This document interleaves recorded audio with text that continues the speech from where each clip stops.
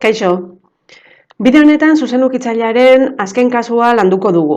Hau da, kanpoko puntu batetik pasatzen den zuzenukitzailearen ekuazioa. Hau ondo ulertzeko aurreko kasuak ondo kontrolatuta izan ditazuela komeni zaizue. Bestela igual ez duzue ondo ulertuko eta. Goazen aurrera. Bueno, aurreko kasuetan bezala, zuzenukitzailea kalkulatzeko bere ekuazioa puntu malda erabiliko dugu. Hau da, beharko ditugu iza 0, i0 eta m. Baina kasu honetan ematen digute funtzioa, iza karratuken hiru iza, eta ez digute ematen ez iza 0 eta ez m. Esaten digutena da, funtzio hau pasatzen dela, edo zuzenukitzailea pasatzen dela barkatu, lau 0 puntutik, kanpoko puntu batetatik. Orduan, egingo duguna da, lehenengo gauza beti bezala deribatu. Honen deribatua geratzen zaigu bi izaken hiru. Eta orain, iza 0 ez daukagunez egingo duguna da a balioa emango diogu. Zenbaki bat izan balitz bezala. Iza 0 berdina, eta guztia horrekin egingo dugu. Orduan, iza 0 a baldin bada, i0 izango da f arena. Hau da, hasierako funtzioa joan, eta izaren ordez a ipini. A berbi ken hirua, eta horrela utziko dugu, ezin dugulako ezer egin. M kalkulatzeko deribatuan ordezkatzen dugu hemen. Bi a ken hiru, eta hemen ere horrela geratzen da. Eta ipiniko dugu gure ekuazioa izango zena. I ken i0, parentesia artean, a karratu ken hirua, berdin, malda, bi a ken hiru, bider iza ken iza 0, bider iza ken a. Hau izango zen gure zuzenaren ekuazioa.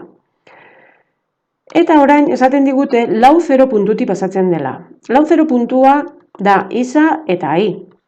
Eta zuzen honetakoa baldin bada, zuzen hau bete egin behar du.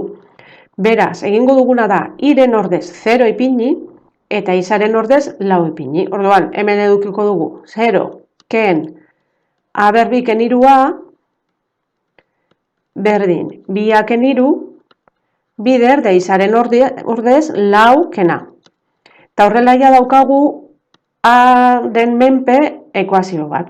Orain eragiketa guztiak egin, kontuz minus honek guztiari aldatzen dio, alde honetan biderketa guztiak egin, guztiekin, bia biderra minus bia berbi, minus amabi, gehi hirua.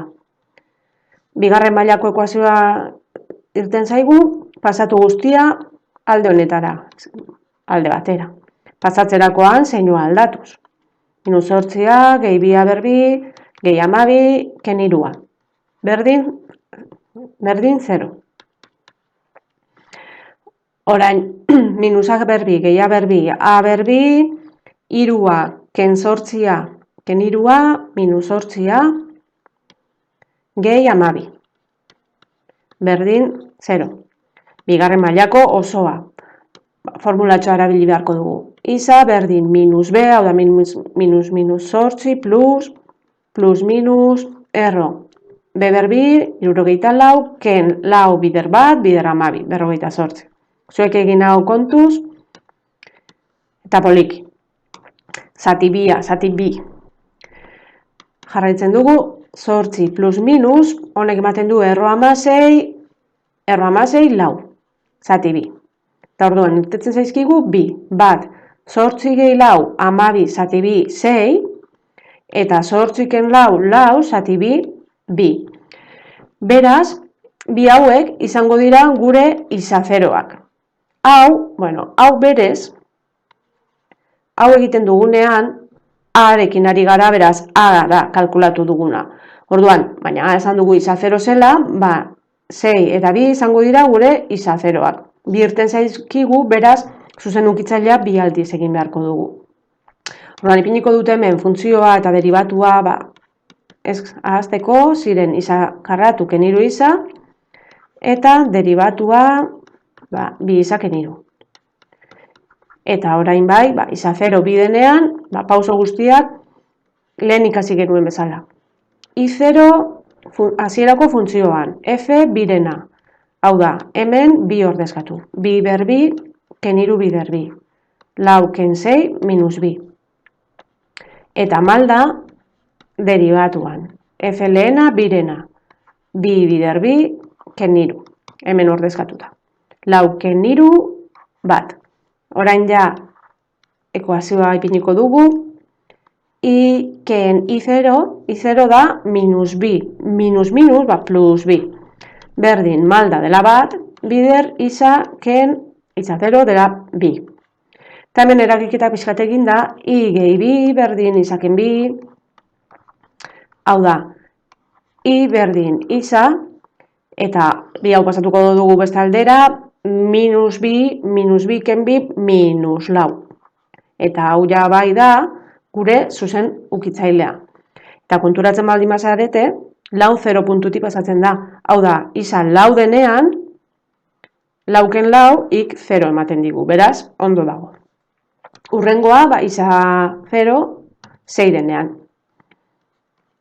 Isa berdin 6, gauza berdina. I0 joango da F 6-rena. Hau da, 6 berbi, 36, ken iru bidez 6, 18. Eta malda berriro derivatuan. F lehena 6-rena, bi bider 6 12, ken iru bederatzi. Berriro ukitzailearen ekuazioarekin, i ken i0 dela 18 berdin malda bider isa ken 6. Eta hemen eragiketa pixkat egin, i ken 18 berdin bederatzi isa ken 54 bederatzi bider 6, eta orain hau ona pasatzen badugu, i berdin bederatzi isa minus 54 gehi 18 minus 36. Eta hori ikusten baldin baduzue, isa lau denean, lau bider bederatzi 36, ken 36, 0 ematen digu. Beraz, hau ere ondo dago. Eta hor ja baditugu gure bi zuzen ukitzailea kalkulatuta. Eta honekin ja, zuzen ukitzaileen kasu guztiak ikusi ditugu. Hau pizka zaiena zen, baina ez dauka ere arazo handirik. Haren menpean ipini eta ekuazioa ebatzi eta ea zertetzen den. Ziur alduzuela. Hurrengo arte, asko ikasi, aio!